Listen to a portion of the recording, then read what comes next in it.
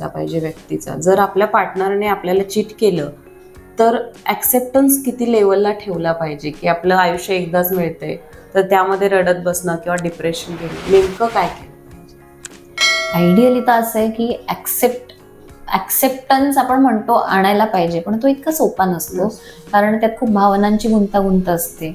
दुसऱ्या व्यक्तीचीही म्हणजे जो अफेअर करतो बाहेर, त्याचंही बऱ्याचदा असं नाही आहे की त्याच्या बायकोतलं त्याचा इंटरेस्ट पूर्ण संपलेला असतो असंही नसतं. कधी कधी मुलं इन्व्हॉल्ड असतात, मुलांचे प्रश्न असतात.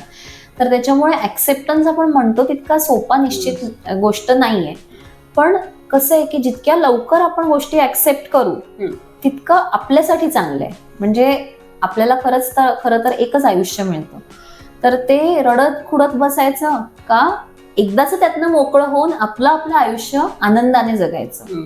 तो व्यक्ती आपल्या आयुष्यात असू दे किंवा नसू दे, आपलं मानसिक स्थैर्य जपून पुढे जाणं हे सर्वात महत्वाचं आहे. म्हणजे तुम्ही एकत्र राहा किंवा राहू नका, तो पुढचा मुद्दा आहे. पण कुठल्याही वेळेला कुठल्याही क्षणाला आपलं मानसिक स्थैर्य ढळता कामा नये. ते माझ्या दृष्टीनं ते सर्वात महत्वाचं आहे.